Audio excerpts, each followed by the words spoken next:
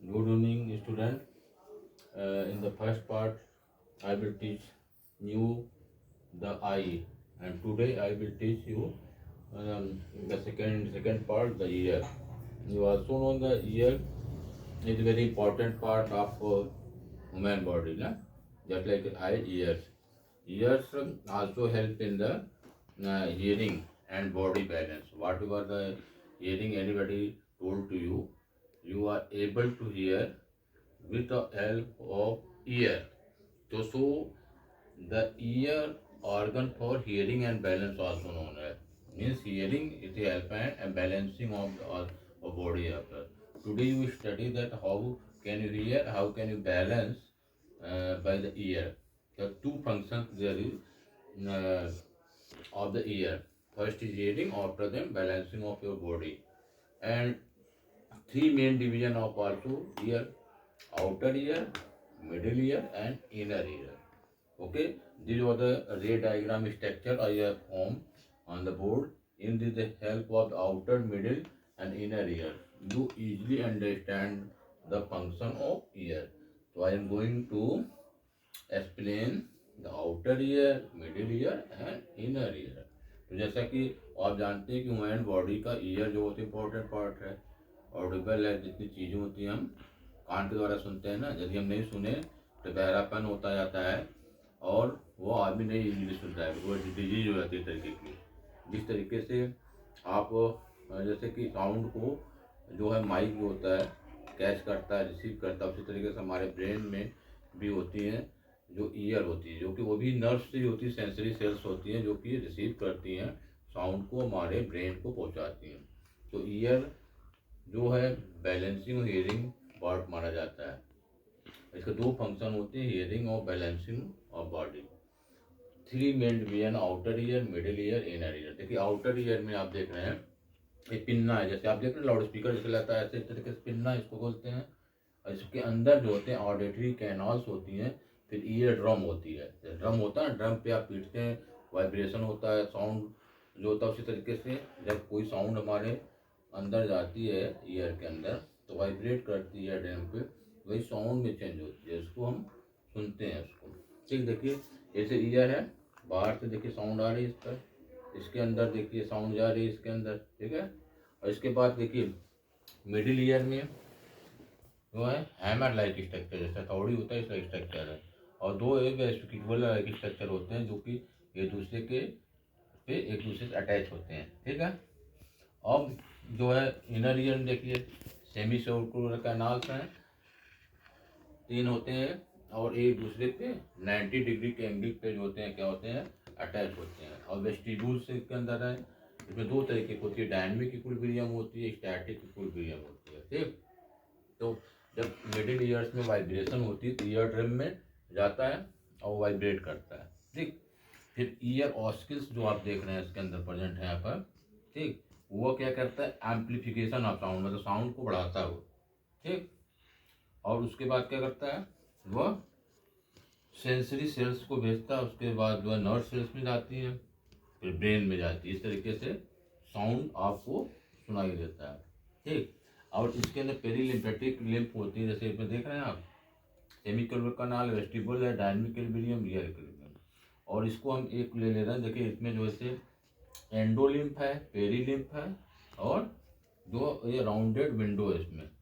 तो पेरीलिम्फ ये liquid light substance होते हैं जिसके अंदर एंडोलिम्फ जो है अंदर भरा रहता है इसके एंडो, और इसके जो है पेरी बाहर का पेरीलिम्फ पहले भी लिक्विड होते हैं इसके अंदर भरे रहते हैं, ठीक। यही जब हम चलते हैं कुछ करते हैं तो ये लिक्विड जो तो वाइब्रेट करता है, आपस में घूमता है, और यहाँ पे ये राउंडेड विंडो है, ठीक। अब ये आर्गन ऑफ कॉर्टाई है, ठीक। आर्गन ऑफ कॉर्टाई क्या करते हैं, ये जो होते हैं ये साउंड को रिसीव करते हैं, ठीक। कॉर्टाई जो होती है साउंड को जो होता है रिसीविंग का काम करते हैं, और वाइब्रेशन जो होता है उसको भी करते हैं, और जो होता है ये मूव करता है। और इसके अंदर एक मेम्ब्रेन जैसे है, इसको बोलते हैं टेक्टोरियल मेम्ब्रेन कहते हैं, ठीक है। जब कोई साउंड यहाँ से आई आप बारी पे वाइब्रेट की, इस मिडिल ईयर पे गई, यहाँ हैमर लाइक स्ट्रक्चर है, यहाँ पर ईयर ड्रम में देखिए यहाँ पर यहाँ वाइब्रेशन उत्पन्न हुई आपके कान के अंदर, और वह आवाज़ चेंज हुई। देखिए यहाँ सेमी सर्कुलर कैनाल्स है, इसके अंदर भी लिक्विड भरी हुई है, और वेस्टिब्यूल्स हैं, और कोहिला है, ऐसा एक स्ट्रक्चर, राउंड टाइप का स्ट्रक्चर है। जब इसकी लिक्विड होती है तो वही वाइब्रेशन, जैसे हम मान लीजिए कि कोई चीज़ होती है, हम बहुत राउंड में बहुत तेज़ हम घूम रहे हैं, तो उसके अंदर क्या होता है, हम बॉडी का बैलेंस नहीं पता, क्योंकि वो जो लिक्विड जो होती है उसके अंदर मतलब घूमती बहुत तेज़ है, जिससे हमें डिजीनेस होता है। ठीक है, वो थोड़ी देर आप बैठ जाएंगे, रेस्ट ले लेंगे, फिर नॉर्मल पोजीशन में आ जाए। तो क्यों हो रहा है, जो लिक्विड कॉर्न के अंदर भरा हुआ है उसमें वाइब्रेशन बहुत ज़्यादा हो जाता है, जो कि बहुत तेज़ी से हमारे ब्रेन को नर्व सेल्स मैसेज देते हैं, जिससे अपनी बॉडी बैलेंस नहीं करते। और न कोई बैठिए तो आप गिर जाएंगे। आप देखिए वो राउंड राउंड घूम के करिए, जैसे मान ली पेन ही गिर गया, ऐसे हम झुक के उठा रहे हैं, ऐसे नहीं झुक उठा रहे हैं, तुरंत हम लुढ़क जाएंगे, गिर जाएंगे। तो उसके अंदर कोयलिया जो है वह बैलेंस को मेंटेन करता है, जिससे हम गिर नहीं पाते हैं। इसलिए कहा गया बैलेंसिंग आप आर्गन होते हैं।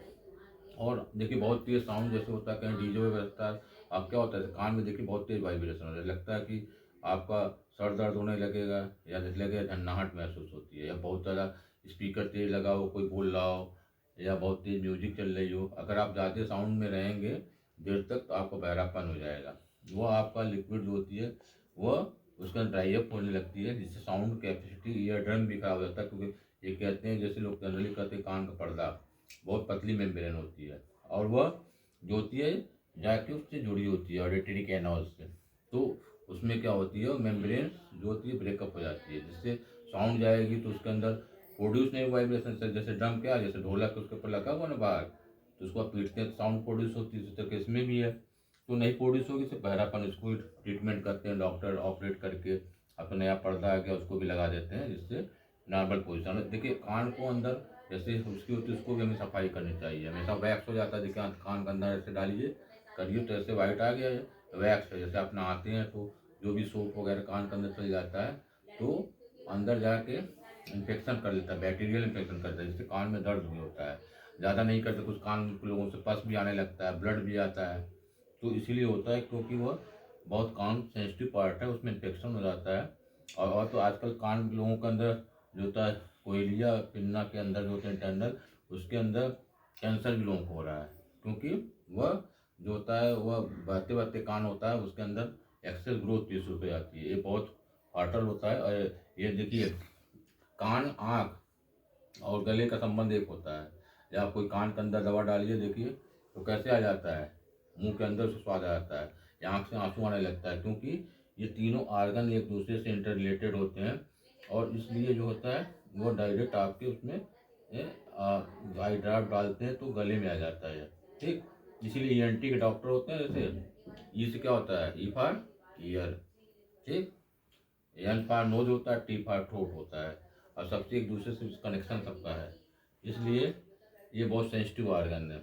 और हम जो है कम से कम 10,000 से 20,000 हर्ट्ज तक की जो है फ्रिक्वेंसी सुनते हैं। इससे ज़्यादा सुनेंगे तो कान की हमारी विजिबिलिटी ऑडिबिलिटी कम हो जाएगी।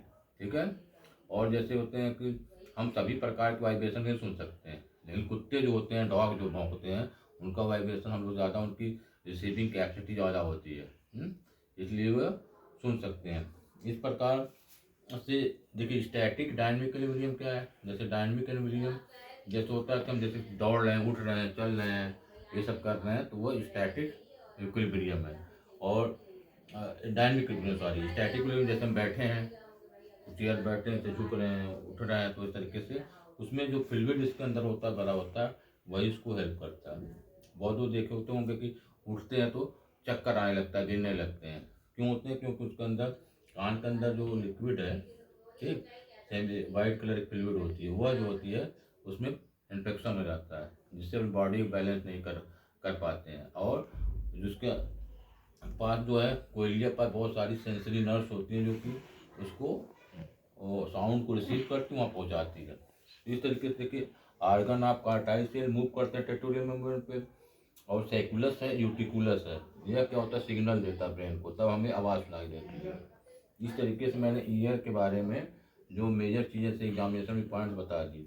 इसमें मैक्सिमम आप क्वेश्चन डेफिनेशन आते हैं, जैसे ईयर ड्रम हो गया, आस्किल्स पूछ दिया, आर्गन ऑफ कार्टाइल क्या होते हैं, हीरिंग होती है, स्टैटिक इक्विलिब्रियम क्या होता है, डायनेमिक इक्विलिब्रियम क्या होता है। तो एंडो लिम्फ ऑफ सेंट्रिकुलर कैनाल, ठीक है, राउंड स्ट्रक्चर होता है, यही डायनेमिक इक्विलिब्रियम में होता है और इसी से डिजीनेस हमें फील होता है। ईयर ड्रम होता है, उसका भी पूछ सकता है, ये कैसा होता है, स्नेल लाइट स्ट्रक्चर होता है लैब्रियंथ में। इस तरीके से ये सब चीज़ें आपको हेल्प करता है। तो इस तरीके से मैं सेंस आर्गन का पार्ट 2 मैंने ख़त्म कर दिया। अब जो है मैं कल आपको एंडोक्राइन ग्लैंड बहुत इम्पोर्टेंट है एग्जामिनेशन पॉइंट से, उसको मैं आपको डिटेल स्टडी कराऊंगा। Thank you, good night, see you, meet again.